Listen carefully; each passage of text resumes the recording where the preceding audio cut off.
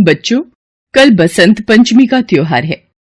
बसंत पंचमी का त्योहार माघ मास में शुक्ल पक्ष की पंचमी तिथि को मनाया जाता है। इस दिन विद्या की देवी मां सरस्वती की पूजा की जाती है और इस दिन से ही बसंत ऋतु का आगमन होता है। कहा जाता है इस दिन ही मां सरस्वती की उत्पत्ति भी हुई थी। यह दिन छात्रों, कला, संगीत आदि क्षेत्र से जुड़े लोगों के लिए बेहद खास होता है। बसंत पंचमी के दिन पीले रंग का भी विशेष महत्व होता है। बसंत पंचमी का दिन विद्या आरंभ या किसी भी शुभ कार्य के लिए बेहद उत्तम माना जाता है। संगीत की उत्पत्ति करने के कारण मां सरस्वती संगीत की देवी भी हैं। इनकी पूजा करने से अज्ञानी में भी ज्ञान का दीप जल उठता है। बसंत पंचमी के दिन लोग पीले वस्त्र धारण करते हैं। अपने घरों में पीले रंग के व्यंजन बनाते हैं। कुछ पीले रंग के चावल बनाते हैं तो कुछ केसर का उपयोग करते हैं। अच्छा, आप सब बच्चे ध्यान दें, कल स्कूल लंच में पीला भोजन लाना अनिवार्य है। प्रिंसिपल मैम ने कहा है पीले चावल या बेसन से बनी कोई भी चीज आप ला सकते हैं। और बसंत पंचमी से जुड़ी कथा भी सब बच्चे घर से याद करके आएंगे। मैं सब बच्चों से प्रश्न पूछूंगी, आखिर बसंत पंचमी क्यों मनाई जाती है? माँ के पास इस प्रश्न का उत्तर जरूर होगा। वर्षा 5वीं कक्षा की छात्रा थी। जब बच्चे छोटे होते हैं तो उनके मन में सभी प्रश्नों के उत्तर जानने की बहुत लालसा होती है और वो ये भी चाहते हैं कि वह अपनी टीचर को सबसे अच्छा उत्तर देकर कक्षा में प्रशंसा का पात्र बने।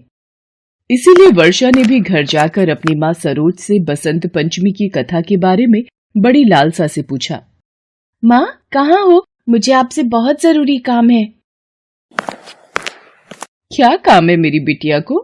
मैं कल बसंत पंचमी की पूजा के लिए पीले फूलों की माला बना रही हूँ। कल माँ सरस्वती ये पीले वस्त्र और पीली फूल माला पहनकर बहुत सुंदर लगेंगी। माँ, आज आप भी बसंत पंचमी की तैयारी कर रही हो? माँ, बसंत पंचमी क्यों मनाते हैं? मुझे आपसे ये जानना बहुत जरूरी है। मुझे बसंत पंचमी की पूरी कथा विस्तार से सुननी है।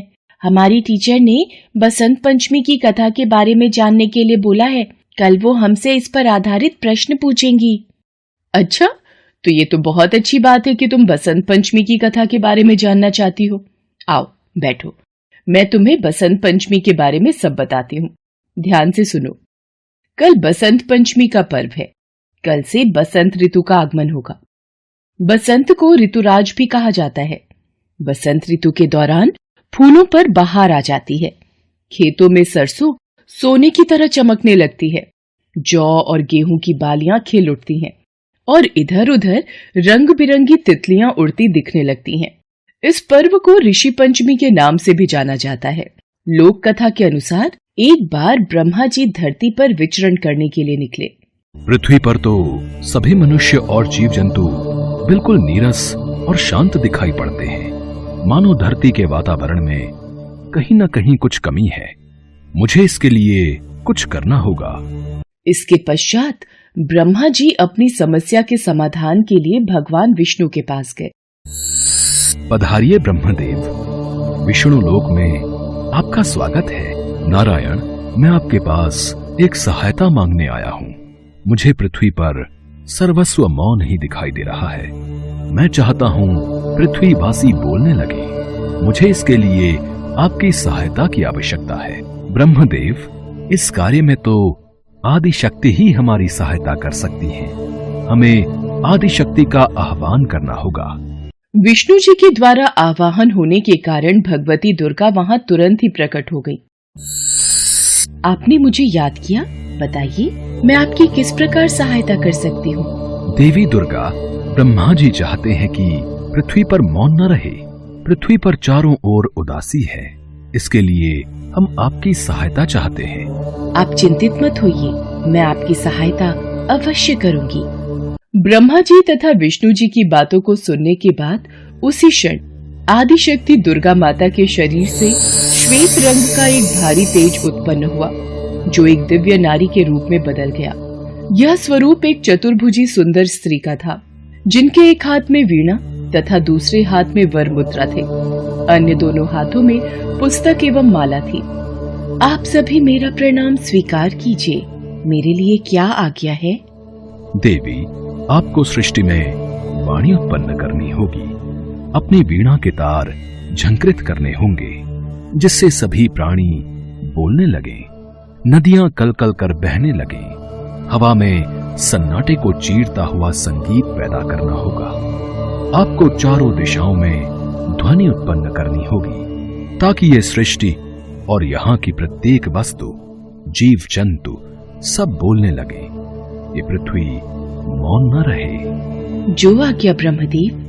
मेरे तेज से उत्पन्न हुई देवी आज से आप सृष्टि में ज्ञान की देवी माँ सरस्वती के नाम से जानी जाएंगी।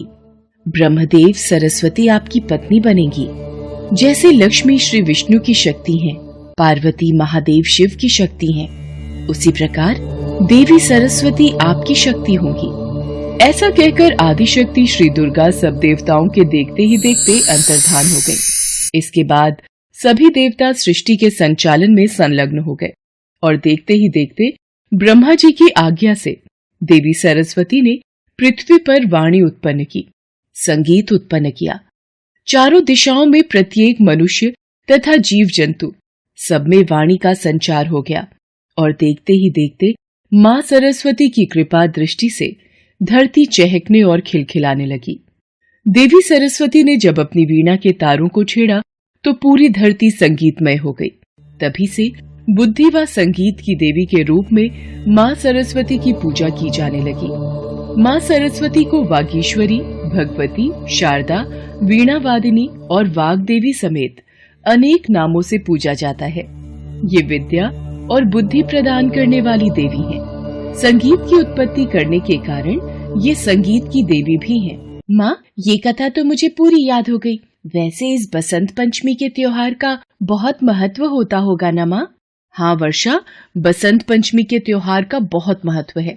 इस दिन छात्र माँ सरस्वती की पूजा कर उनसे और अधिक ज्ञानवान बनाने की प्रार्थना करते हैं।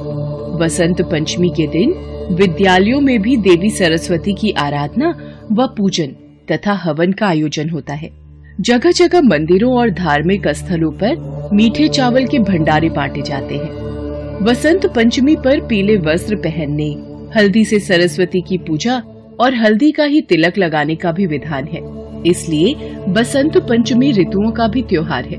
माँ, आपने तो मुझे बसंत पंचमी के बारे में बहुत कुछ बता दिया।